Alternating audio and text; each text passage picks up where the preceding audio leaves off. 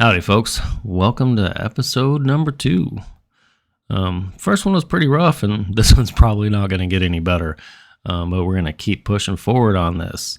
In the first one, we were talking about how we live within a created space, and that whatever you wish or however you view God or the source or whatever you want to call that, or even if you don't believe in anything, but this philosophy does believe that there is a source that everything comes from, and that source is outside of our current reality. But we need to understand as best we can where this is or what this is, and the impact and the implications that it has on who we are and what we're doing here. And through these beautiful illustrations, I'm going to do my best to try and explain. And this is going to be clunky, but hopefully, just by looking at it, it simplifies something that is really, really quite complicated and unknowable, but simplifies it enough that we will be able to apply these principles when we get to the application of this particular philosophy. So we begin the eternal God. That's the name that I use for where everything comes from. This is the unknowable, unexplorable part of reality that is not within this construction, matrix, whatever you want to call it. So the eternal God basically has 3 components. Usually people would say, God's omnipotent, omnipresent, and whatever, all-knowing, all-powerful, and everywhere. We view this a little bit different. God is all-knowing, so God is knowledge, or data, or information. You have a lot of philosophers and mathematicians who will say, like, if there is a God, it's just data. Well, data is part of what the eternal God is, but it is powered, it is living. Our consciousness would not exist. None of this would exist if there wasn't the power to generate whatever this construction is, as I call it, the creation. And then there's the way. The way is almost like nature. Everything has a way of being. It has a nature. This is the Tao, or the Tao, however it's pronounced. Sometimes it's like yin-yang kind of a concept. But these are 3 different aspects of the eternal God that have implications on how this reality came into being. And we'll get into the colors here in a minute. So we'll begin here with the Father in blue. The Father is derived from knowledge and comes from the eternal God. And then the Mother in red comes from power and also is derived from the eternal God. The 3 of these form a form of a trinity. And the Mother and the Father, the best way to view them is as consciousness. And this consciousness has a profound implication on everything that we believe. And we'll begin with the Father. The Father being derived from knowledge. What a great example of this would be the Lion King, when the dad brings the baby lion up to the top of the hill there and says, "You will rule all that you can see." Basically implying that the masculine rules all that is known, knowledge. And knowledge is a breadth. That's why we call it the breadth of knowledge. This kind of thing. So we will refer to this as a graph in a way. And so this is forming, the x-axis or the y. The Mother derives from power. And this is our depth. So this is the up and down, our vertical. And all new and unknown things come from the depths of your imagination, this sort of thing. Or you got to dig down deep to find, the power to push through something that's really, really difficult.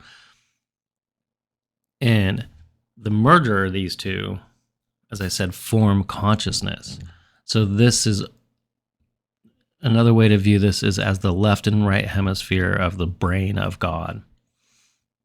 And this is done on purpose in this philosophy. It is supposed to represent the left and right of our brains. I do my very best to stick to a phenomenological explanation for as many things as I can. And so if our brain works this way and we are made this way, I believe that we are made in the image of God. And so that image would reflect the way that God, again, it's the only word in the English language that fits what we're trying to describe. But again, please keep in mind, this is not dogmatic. So the Mother, the Father, and the eternal God are a form of a trinity. And this trinity exists outside of our space and is a very different trinity than the Christian trinity. To me, the Christian trinity was an attempt to explain early Christianity to the Greeks, who were the powerhouses of philosophy at the time. And so their argument to explain why Jesus was what Jesus was to use Greek references. In this case, well, we're going to use a different set of references, and that is consciousness and the left and right hemisphere of our brain. All right, and next, that brings us to the fourth component. So in this philosophy, God is a quaternity. You have the Mother, the Father, the eternal, and then the living God. The living God, going back to the graph, would represent the Z, time. It's what makes things, third, fourth dimensional. It's what gives our reality its appearance of being something that's real and not just a flat two-dimensional space. And this is where we live. We live within the being of the living God. And the living God is connected directly to the eternal God and through the consciousness of the Mother and the Father. And one of the really, really important aspects, actually, I should probably, in the future, I'm probably going to remove this middle line connecting the eternal and the living God. This one right here, it actually probably shouldn't be there. Again, this is a work in progress. But one of the implications of this is I am saying that the material world exists due to the consciousness of God. We live within a consciousness. And no, it is directed. It's still connected. Maybe. I may have to remove that. You gotta love a philosophy that is a work in progress. But yes, the material world is a direct result of consciousness. Consciousness came first.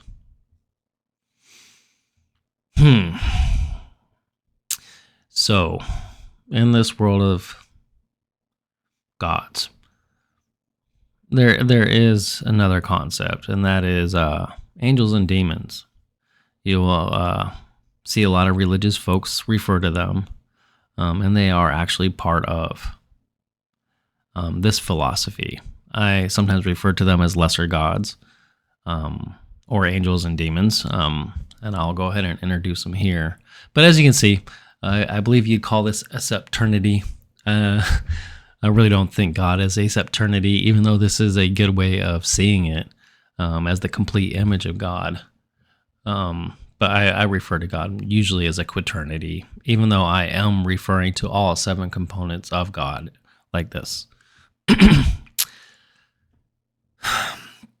So, angels and demons, they directly come from the eternal God. And these are one thing that I like to get very clear: none of these are personified. I do not believe any of these consciousness, the living God or otherwise, are a personified being. These are sets of... So take like angels. Angels represent things like love and peace and passion and things that can really, really possess you. These are entities that do exist. And consciousness was actually first brought about to control these impulses. I'm writing a meek Bible. That's what I call it for now. It's not really a Bible, but I saw someone say that, in the Jewish tradition, everyone writes the Bible and they give it to somebody. So I actually started writing the Bible, and I realized that I was struggling with what a lot of it meant. And then I was really struggling with, well, do I think any of this is correct? Or how can I think of it in a way that isn't 2,000 years old? Because we are exactly the same as the people from 2,000 years ago, but we don't think the same. We have different references. So I began to write my own version. And in the very first story, I explained this whole image that you see here. And consciousness was actually first brought about to subdue these thoughts, these individual entities that aren't personified. There's no like Archangel Michael or whatever. There's no God of war or God of love. But war and love, fear, all these things can act like a god, and they are distinct entities. And you can view them as angels and demons, and that's the way I think of them, and that's the way they are referred to in this philosophical and religious belief. So the colors for angels and demons are gray. Angels being lighter and the demons being darker. The mother and the father are red and blue, and the living God is yellow. So these three primary colors are the three primary colors of our existence. This is what we see the world in, and this is the world that we live in. We live in the world of the living God, the material world of the living God, through the consciousness of the mother and the father. And we are here for our experiences, and all of that information and experience comes from the eternal God and returns to the eternal God. This is how the eternal God grows and expands and becomes, well, what the eternal God is, all-knowing and all-powerful. Our experiences are necessary. We'll get into that later. But that's a key aspect of this philosophical belief, is that we are here for the experience, first and foremost. And it is not just necessary, it's needed, it's mandatory. This is the purpose for creation. But again, angels and demons are shades of gray.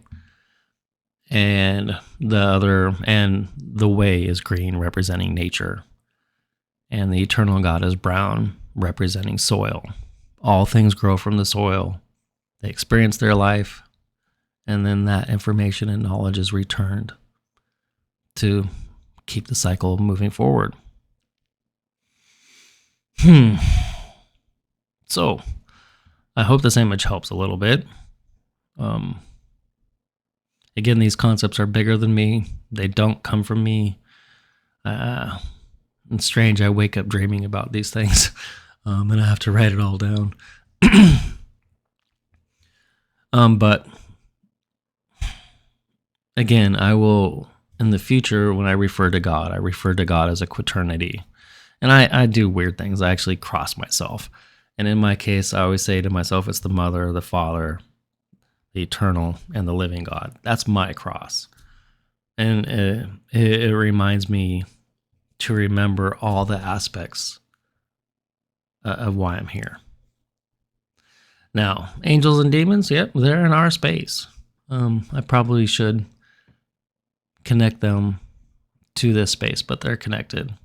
Angels and demons are just different aspects of knowledge, and they come from the eternal God, and they do have a role in this space, just like the Tao has its role in our space, and the consciousness has its role in our space. I'm going to go ahead and watch this and see if I did okay. If so, I'm going to go ahead and post it. Don't think I can explain it much better than that. Hope everyone's having a great new year so far. What's today, the 5th? It's rolling along. Yep, doing my best to just keep moving this ball forward and trying to stay off the lotus flower. That concept is gonna, it's funny, that video wasn't meant to be about that, but it's gonna have a pretty major impact on my philosophical belief going forward. I'm actually trying to figure out how to craft it into there, into the philosophy here. It's pretty important. It's funny. That's why I try and do these all in one take and without writing anything down. Trying to get in flow and seeing what the informed field brings us and trying to stay open to that. But that's getting further into our philosophy. So for now, we're going to go ahead and leave it here. I do hope everyone is well, and I will see you on the next one, my friends. Until then, try and keep my glasses up, eh? All right. Till then, my friends.